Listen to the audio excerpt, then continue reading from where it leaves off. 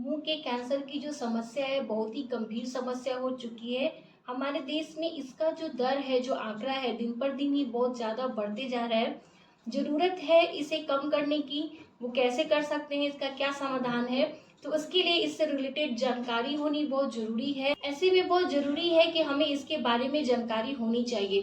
तो so guys, ये जो जानकारी है ये सभी को होनी चाहिए। ज़रूरी नहीं है कि जिन्हें ओरल कैंसर यानी कि मुंह के कैंसर की समस्या है उन्हें ये जानकारी हो।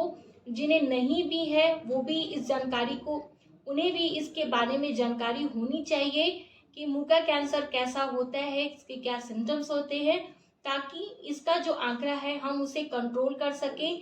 एंड जो नए जो मुंह के कैंसर के केसेस है वो ना आ पाए, क्योंकि हम अगर शुरुआत में ही इसे पहचान कर इसका इलाज करवा लेंगे तो आगे इसके जो भयंकर परिणाम है उससे हम बच सकते हैं। हेलो गाइस, कैसे आप लोग? मैं हूं डॉक्टर कंचन। सो गाइस, आज के वीडियो में हम बात करेंगे कि मुंह के कैंसर को कैसे रोका जा सकता है। सो गाइस, वीडियो स्टार्ट करने से पहले आप सभी से रिक्वेस्ट है कि चैनल पे नए हैं तो चैनल को सब्सक्राइब करिए एंड बेल आइकन को जरूर दबाइए। इससे मेरे जो भी नए वीडियो आएंगे उनका नोटिफिकेशन आपको मिल पाएगा। सो गाइस, इसकी क्या क्या रोकने के तरीके हैं वो जानने से पहले पहले हम ये समझ लेते हैं कि जो मुंह का कैंसर होता है आखिर वो किन किन लोगों में होता है। सो गाइस, मुंह का जो कैंसर है वो किसी में भी हो सकता है, लेकिन जो लोग जैसे कि टोबैको, ज़्यादातर लोगों को जो जानकारी होती है वो यही होती है कि जो लोग टोबैको च्यूइंग करते हैं, अल्कोहल कंज्यूम करते हैं या पान मसाला गुटखा जैसी चीज़ों का सेवन करते हैं, उनमें मुंह के कैंसर होते हैं। कई ये बात सच है कि ऐसे लोगों में मुंह के कैंसर जो होते हैं वो सबसे ज़्यादा होते हैं। लेकिन जो लोग इसका सेवन नहीं करते हैं, जिनमें हैबिट नहीं होती है, उनमें भी मुंह के कैंसर होते हैं। उसके बहुत अलग अलग कारण होते हैं, जैसे कि एचपीवी वायरस की वजह से मुंह का कैंसर हो जाता है, सन एक्सपोजर की वजह से हो जाता है। लेकिन जो परसेंटेज है वो ज़्यादा हैबिट वाले लोगों में ही होती है। जिनमें हैबिट होती है उनमें मुंह का कैंसर होने का परसेंटेज ज़्यादा है। लेकिन जो लोग हैबिट नहीं रखते हैं, नहीं करते हैं, उन्हें भी इससे रिलेटेड जानकारी होनी चाहिए कि हमें क्या सावधानियां बरतनी है जिससे कि मुंह का कैंसर हमें ना हो। तो चलिए अब हम जान लेते हैं कि मुंह के कैंसर से रोकने के लिए हम क्या क्या कर सकते हैं। जो गाइस पहला हमारा मेथड है कि हमें मुंह का कैंसर ना हो, उसके लिए है कि अगर आप में हैबिट है टोबैको च्यूइंग करने की, पान मसाला गुटखा या अल्कोहल कंज्यूम करने की, तो आप अपने हैबिट को ब्रेक करिए, स्टॉप करिए, यानी कि कंप्लीट तरीके से धीरे धीरे छोड़ दीजिए। मैं पहले हैबिट की बात इसलिए कर रही हूँ गाइस, क्योंकि मुंह का कैंसर जो होता है 95% जो केसेस होते हैं वो हैबिटेड वाले लोगों में ही होता है, यानी कि जिनमें हैबिट होती है इन सारी चीज़ों को खाने पीने की, उनमें सबसे ज़्यादा मुंह का कैंसर होता है। तो ये बहुत ज़रूरी है कि आप अपनी जो आदतें हैं पान मसाला गुटखा खाने की, या फिर आप स्मोकिंग करते हैं या फिर अल्कोहल कंज्यूम करते हैं, तो आप उसे बंद करिए, क्योंकि इससे जो कैंसर होने की संभावनाएं हैं वो बहुत ज़्यादा बढ़ जाती है। Next is HPV vaccination. Yes, HPV का वैक्सीनेशन बहुत ज़रूरी है। आपको एचपीवी वायरस जो होती है उसके कारण भी मुंह के कैंसर होते हैं।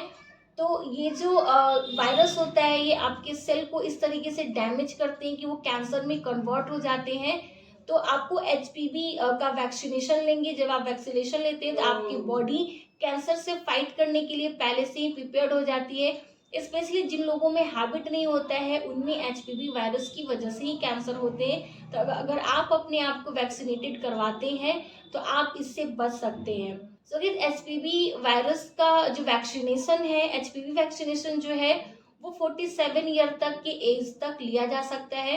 अगर आपका भी एज 47 से बिलो है यानी कि कम है, तो आप जाकर एचपीवी का वैक्सीनेशन करवा सकते हैं।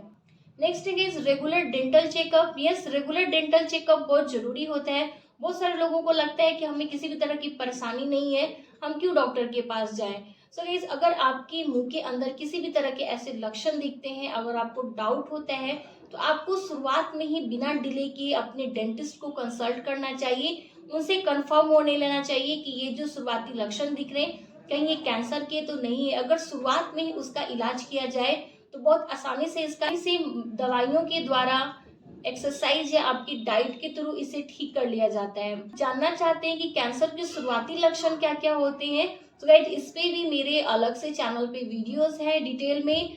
लिंक आपको डिस्क्रिप्शन बॉक्स में मिल जाएगा, वहां से जाकर आप चेक कर सकते हैं कि कैंसर के शुरुआती लक्षण क्या होते हैं। अगर आपको कोई भी लक्षण दिखे तो तुरंत आपको अपने नियरेस्ट जो भी डेंटिस्ट है उनसे जाकर चेक कराना है।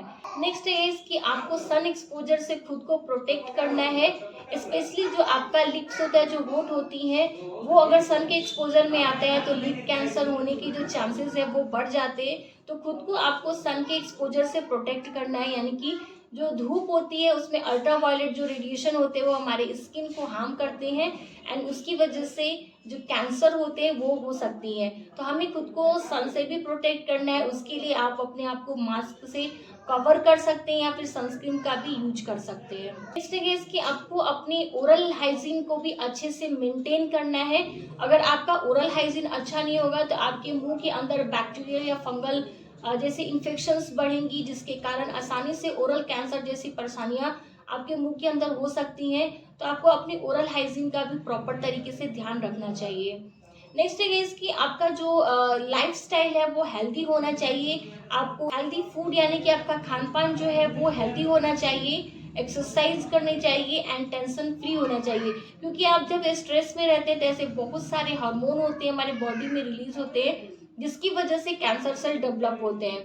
नेक्स्ट है कि आपको इस बात का स्पेशली ध्यान देना चाहिए कि आपका जो डाइट है उसमें एंटीऑक्सीडेंट की मात्रा हो। तो एंटीऑक्सीडेंट आपको फ्रूट्स यानी कि फल में, सब्जियों में, जो ड्राई फ्रूट्स होती है उनमें भरपूर मात्रा में मिलती है। अगर आपके डाइट में एंटीऑक्सीडेंट अच्छे से होगा तो आपको कैंसर की प्रॉब्लम नहीं होगी।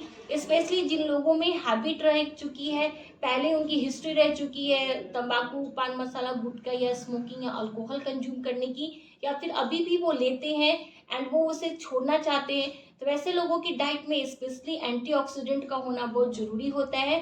क्योंकि एंटीऑक्सीडेंट से आपके जो कैंसर सेल हैं, जो फ्री रेडिकल्स है वो नहीं बन पाते हैं एंड जो कैंसर का खतरा है वो कम हो जाता है। सो ये तो हो गए कुछ टिप्स। अगर आप इसे फॉलो करते हैं तो डेफिनेटली आप कैंसर जैसी जो मुंह के कैंसर की जो परेशानी है, जो बीमारी है, इसे रोका जा सकता है।